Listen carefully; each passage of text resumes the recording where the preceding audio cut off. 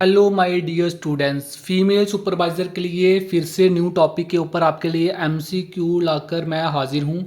आज जो जिस टॉपिक के ऊपर हम एमसीक्यू करेंगे वो है आपका सोशल इंस्टीट्यूशंस, आपके नॉर्म्स, वैल्यूज़, फोल्कवेज एंड मोर्स। पूरा का पूरा सोशोलॉजी जो स्पेशलाइजेशन का आपका सिलेबस है, एमसीक्यू की हेल्प से हम इन दिस 30 डेज़ पूरा का पूरा कंप्लीट सिलेबस आपको यहाँ पे कवर करवा दिया जाएगा विद एमसीक्यू कम रिवीजन में। पहला जो एमसीक्यू हम सॉल्व करने वाले हैं वो है आपका what are social institutions comprised of, कि जो सोशल इंस्टीट्यूशंस हैं आपके उसमें क्या क्या चीज़ें आती हैं।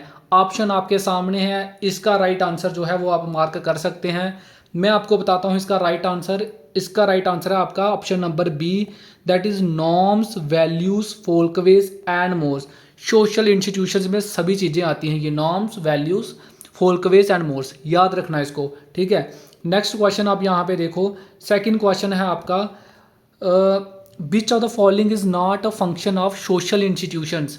सोशल इंस्टीट्यूशंस का इसमें से कौन सा फंक्शंस नहीं है। तो इसका जो राइट आंसर है वो है option number B, that is population growth. जो है ये सोशल इंस्टीट्यूशन का फंक्शन नहीं है। सोशल इंस्टीट्यूशन का फंक्शन क्या है, इसका काम क्या है। इसका जो काम है वो है ट्रांसमिशन ऑफ कल्चर। जो आपका कल्चर होता है किसी एक पर्टिकुलर सोसाइटी का, कम्युनिटी का, उस कल्चर को ट्रांसमिशन करना, ट्रांसमिट करना one generation to second generation, ये काम है। दूसरा फंक्शन है इसका सोशल वेलफेयर और डेवलपमेंट करना, सोसाइटी में वेलफेयर और डेवलपमेंट को प्रमोट करना या डेवलपमेंट करवाना, ये किसका काम है, आपका सोशल इंस्टीट्यूशंस का। ये आप ध्यान रखेंगे फंक्शन। थर्ड जो इसका फंक्शन है वो है प्रोविज़न ऑफ रिक्रिएशनल एक्टिविटीज़। इसका मतलब ये है वो सारी की सारी एक्टिविटीज़, वो सारे के सारे आपके फंक्शंस को परफॉर्म करवाना सोसाइटीज़ में, जिससे आपके जो कल्चरल जो है वो आपका प्रमोट हो पाए, रिक्रिएट कर पाओ आप, ठीक है, वो सारी एक्टिविटी करवाना। आई होप आपको ये समझ आ गया। नेक्स्ट क्वेश्चन की तरफ हम चलेंगे। The family unit fulfils which basic needs. जो आपका फैमिली एज अ यूनिट है, ये कौन कौन सी बेसिक जो आपकी नीड्स हैं वो पूरी करता है। इसका आप राइट आंसर मुझे बताएंगे। इसका जो राइट आंसर है that is option number C. Family देखो आपकी क्या क्या ज़रूरतें पूरी करती है। इकोनॉमिक नीड्स जो भी है वो पूरी करती हैं। इमोशनल नीड्स आपको इमोशनली सपोर्ट करती है, इन आपके सुख और दुख में आपको इमोशनली सपोर्ट करती है। थर्ड, सोशलाइजेशन नीड्स, जो एक इंसान को सोशलाइजेशन के लिए जो उसको इन्वायरमेंट चाहिए वो सारा का सारा कौन प्रोवाइड करता है, आपको फैमिली प्रोवाइड करती है। तो इसकी जो बेसिक नीड्स हैं वो है economic, emotional and socialization needs. Okay, ये इसको आप ध्यान में रखेंगे। सेकंड आपका नेक्स्ट फोर्थ क्वेश्चन है what does the educational institution provide. देखो हमने टॉपिक लिया है आपका इंस्टीट्यूशंस, फैमिली आपका एक इंस्टीट्यूशंस है, एजुकेशनल आपके क्या है, ये एक इंस्टीट्यूशंस है, colleges, universities, these all are your institutions. फिर मीडिया इंडस्ट्री जो है ये एक अलग से इंस्टीट्यूशंस है। क्वेश्चन आपका पूछा है कि एजुकेशनल इंस्टीट्यूशंस आपको क्या प्रोवाइड करते हैं। क्या वो आपको नॉलेज एंड स्किल प्रोवाइड करते हैं, क्या वो एम्प्लॉयमेंट प्रोवाइड करते हैं, या हेल्थ केयर प्रोवाइड करते हैं, या लॉ एंड ऑर्डर प्रोवाइड करते हैं। सबको पता है आपके जो एजुकेशनल इंस्टीट्यूशंस हैं वो लॉ एंड ऑर्डर तो प्रोवाइड नहीं करेंगे। हेल्थ केयर आपके हेल्थ इंस्टीट्यूशंस प्रोवाइड करते हैं। एम्प्लॉयमेंट जो है ये भी प्रोवाइड नहीं करते आपके एजुकेशनल इंस्टीट्यूशंस। एजुकेशनल इंस्टीट्यूशंस सब आपको क्या प्रोवाइड करते हैं, वो देते हैं आपको नॉलेज और स्किल प्रोवाइड करते हैं, जिसको आप इम्प्लीमेंट यूज़ करके आप क्या ले सकते हैं, एम्प्लॉयमेंट ले सकते हैं। राइट आंसर हो जाएगा option number A. Question number 5 है आपके सामने, which institutions regulates production and consumption of goods and services. जो भी गुड्स एंड सर्विसेज आप कंज्यूम करते हो उसकी प्रोडक्शन और कंजम्पशन को कौन सा इंस्टीट्यूशन रेगुलेट करता है। क्या वो मिलिट्री इंस्टीट्यूशंस है? बिल्कुल मिलिट्री तो हो ही नहीं सकता। रिलीजियस इंस्टीट्यूशंस होगा वो? बिल्कुल नहीं होगा, क्योंकि रिलीजियस इंस्टीट्यूशंस का काम है रिलीजियस एक्टिविटी के रिलेटेड काम करना। क्या वो पॉलिटिकल का? बिल्कुल भी नहीं होगा। पॉलिटिकल इंस्टीट्यूशंस का काम होगा आपका पॉलिसी मेकिंग करना, वेरियस लॉ आपके फॉर्मुलेट करना, जैसे पार्लियामेंट इज आपका पॉलिटिकल इंस्टीट्यूशंस। इसका आपका काम क्या होता है, वेरियस पॉलिसी लाना और वेरियस पॉलिसी आपकी बनाना।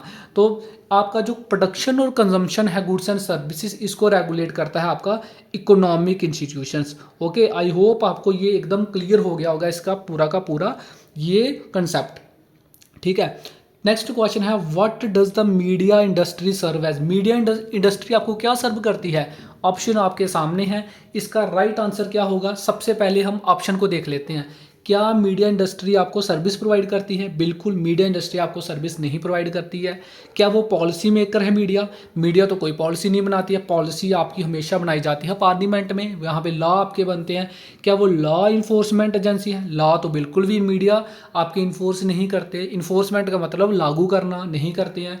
मीडिया इंडस्ट्री आपको सर्व करती है कम्युनिकेटर एंड वॉच डॉग। आपको कम्युनिकेट प्रोवाइड यानी कि आपको इंफॉर्मेशन प्रोवाइड करती है। वॉच डॉग आपको वेरियस चीज़ों के बारे में वो आपको इंफॉर्मेशन प्रोवाइड करती हैं। तो राइट आंसर क्या हो जाएगा? Option number A, that is communicator and watchdog. I hope this will be the best way to prepare the specialization topic in these 30 days। So next question है आपका what are norms. Norms क्या है आपके? क्या वो traditions हैं? क्या वो rules that guide behaviour, beliefs और लॉज? तो इसका जो राइट आंसर है वो आपका ऑप्शन नंबर सी, नॉर्म्स आपके होते हैं रूल्स दैट गाइड बिहेवियर। वो वाले रूल्स जो आपके बिहेवियर, जो इंडिविजुअल के बिहेवियर को गाइड करते हैं। आई होप आपको ये नॉर्म्स के बारे में चीज़ें समझ आ गई। What are Morse. मोर्स का क्या मतलब है? यहाँ पे मोर्स क्या है? तो इसका जो राइट आंसर है वो option number D, that is serious norms with moral significance. वो सारे के सारे नॉर्म्स जो बड़े ज़्यादा सीरियस होते हैं और जिनके साथ कुछ मॉरल, जिनका सिग्निफिकेंस होता है, मॉरल जिनका आप कह सकते हो इंपॉर्टेंस होती है, उसको हम बोलते हैं मोर्स। ठीक है, नेक्स्ट क्वेश्चन आप देखो, question number 9, values can be defined as. Values को हम किस तरह से डिफाइन कर सकते हैं? क्या वो ट्रेडिशंस हैं, हायर ऑर्डर नॉर्म्स हैं, फोल्क वेज हैं, या फंडामेंटल बिलीव्स एंड प्रिंसिपल्स हैं? इसका क्या राइट आंसर होगा? ऑप्शन नंबर 9 का राइट आंसर होगा आपका option number D, that is fundamental beliefs and principles. जो किसी पर्सन के, आप फॉर एग्जांपल कोई एक पर्सन है राहुल, कोई ए पर्सन, उसके जो फंडामेंटल बिलीव्स हैं उस पर्सन के, जो उसके प्रिंसिपल्स हैं, वही उस पर्सन की क्या बन जाती हैं? वैल्यूज़ बन जाती हैं उस पर्सन की। ठीक है, आई होप आपको ये समझ आ गया। नेक्स्ट है आपका what plays a crucial role in maintaining social order and cohesion.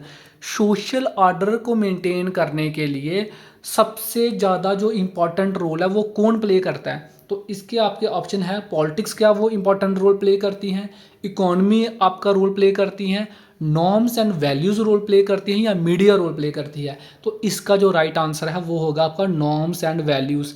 देखो, जिस तरह के अगर आप में सोसाइटी में गुड नॉर्म्स एंड वैल्यूज़ होंगे तो सोसाइटी में सोशल ऑर्डर बना रहेगा, कोहेजन बना रहेगा।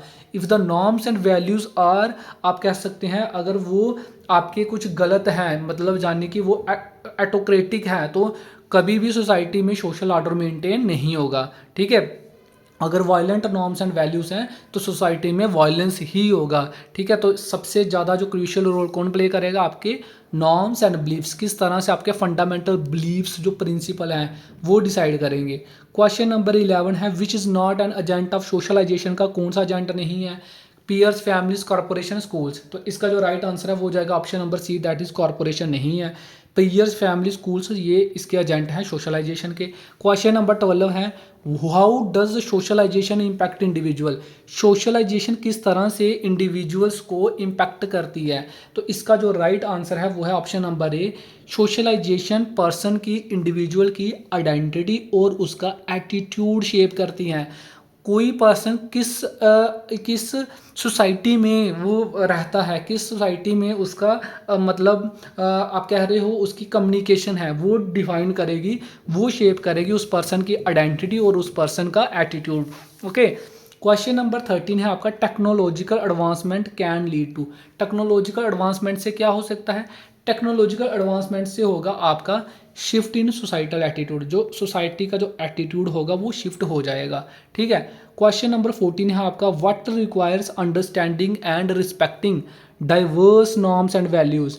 क्या डाइवर्स अलग अलग नॉर्म्स और वैल्यूज़ को अंडरस्टैंड और उसको अंडरस्टैंड समझने के लिए क्या चीज़ रिक्वायरमेंट है उसकी। तो इसका जो राइट आंसर है वो हो जाएगा option number B, managing cultural diversity. Cultural diversity को मैनेज करना, ये इसकी रिक्वायरमेंट है अलग अलग नॉर्म्स एंड वैल्यूज़ को अंडरस्टैंड करने के लिए। क्वेश्चन नंबर 15 है, generational shift can result in. Generational जो शिफ्ट होती है, जनरेशन टू जनरेशन जो चीज़ें चेंज आती हैं उससे क्या होता है। इसका जो राइट आंसर है वो हो जाएगा आपका evolving norms and values.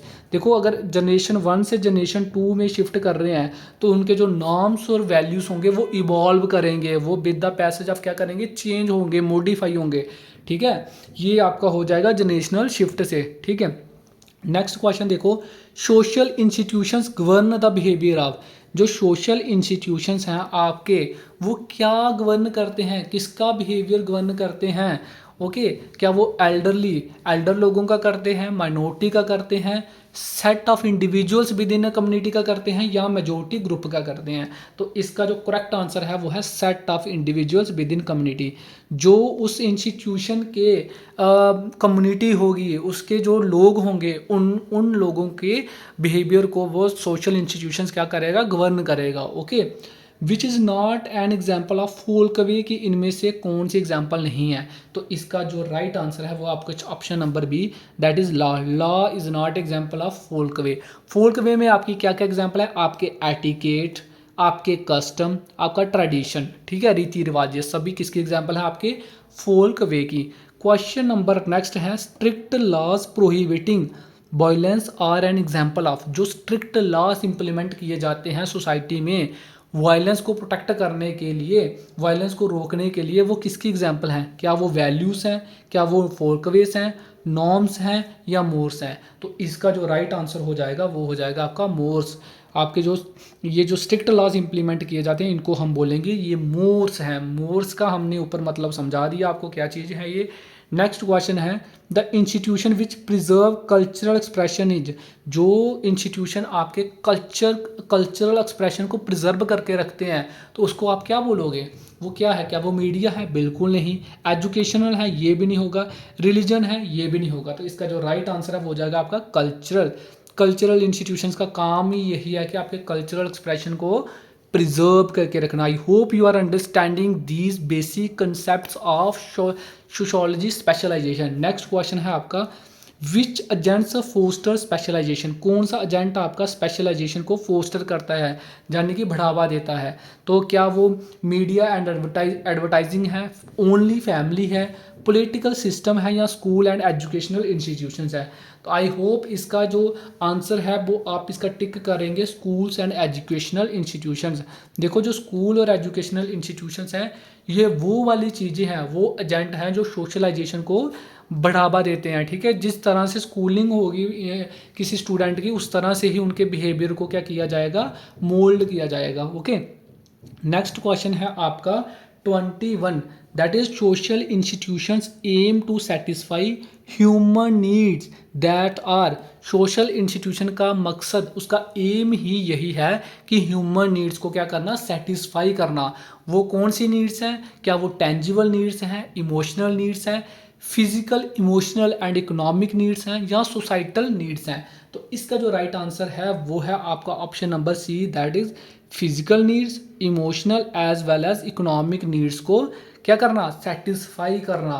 Okay, next question है आपका question number 22, media platforms include. Media platform में क्या क्या चीज़ें आती हैं। तो आई थिंक आप इस चीज़ को यहाँ पे समझने की कोशिश करेंगे। मीडिया प्लेटफॉर्म में आपके आते हैं प्रिंट मीडिया, ब्रॉडकास्ट, जितने भी आपके टेलीविज़न पे चैनल हैं वो ब्रॉडकास्टिंग में आएंगे, और आपका डिजिटल मीडिया। ओके, ये सारे के सारे मिलकर किस में आएंगे, आपके मीडिया प्लेटफॉर्म में। Okay, N example of an informal norm. Informal norm की क्या एग्जाम्पल है, लॉ, एटिकेट, रेगुलेशन, या बाय लॉ। तो क्वेश्चन नंबर 23 का जो राइट आंसर हो जाएगा आपका एटिकेट। एटिकेट जो है आपका एक इनफॉर्मल नॉर्म है। ठीक है, ये आई होप आपको समझ आ गया। नेक्स्ट क्वेश्चन है आपका 24, जनरेशनल डिफरेंसेस। देखो generational differences can lead, generational differences से क्या होता है जनरेशनल में जो डिफरेंस आते हैं, सपोज कर लो जनरेशन 1 है, फिर जनरेशन 2 आएगी, इस तरह से जनरेशन आपकी कंटिन्यू रहेगी। जब जनरेशन में जो डिफरेंस होता है उससे क्या होता है, उससे आपका होता है, इसका जो राइट आंसर है option number C, that is evolving norms. पहले भी हमने आपको ये चीज़ समझाई कि जनरेशनल डिफरेंसेस से जो नॉर्म्स होते हैं, जो एक पर्टिकुलर जनरेशन के बिलीव्स और प्रिंसिपल्स होते हैं, वो इवॉल्व करते हैं, यानी कि वो आपके इंक्रीज करते हैं, इवॉल्व करते हैं, ठीक है, with the passage of time. Last and the final question of this topic is the institutions that establish laws and policy, उसको आप क्या बोलते हो। ये जो क्वेश्चन है ये आप मुझे कमेंट सेक्शन में बताएंगे। क्वेश्चन का मैं मतलब समझा देता हूँ। The institution that establish loss and policy, जो आपके इंस्टीट्यूशन लॉ एंड पॉलिसी को इस्टेब्लिश करते हैं, उस इंस्टीट्यूशन को आप क्या बोलते हो, ठीक है। क्या वो गवर्नमेंट एंड पॉलिटिकल इंस्टीट्यूशन है, सोशल वेलफेयर इंस्टीट्यूशंस हैं, कल्चरल इंस्टीट्यूशंस हैं, या इकोनॉमिक इंस्टीट्यूशंस हैं। आई hope you will comment the answer of this question. High quality content आपको यहाँ पे प्रोवाइड करने की कोशिश की जा रही है। आई एम होपिंग कि मैक्सिमम जो क्वेश्चन होंगे स्पेशलाइजेशन के, वो हमारे इन क्लासेस से आपके कवर हो जाएंगे। जो 60 मार्क्स का स्पेशलाइजेशन आपका सोशल वेलफेयर जो फीमेल सुपरवाइजर के एग्ज़ाम में आने वाला है। तो आई hope you find this video informative. Video को स्प्रेड कर दो अपने फ्रेंड्स के साथ जो प्रेपरेशन कर रहे हैं। बाकी ये ध्यान रखो, ये कोर्स आपको एकदम प्रीमियम कंटेंट यहाँ पे प्रोवाइड किया जा रहा है। चैनल पे पहली बार आए हो तो प्रेस द बेल आइकन, ठीक है।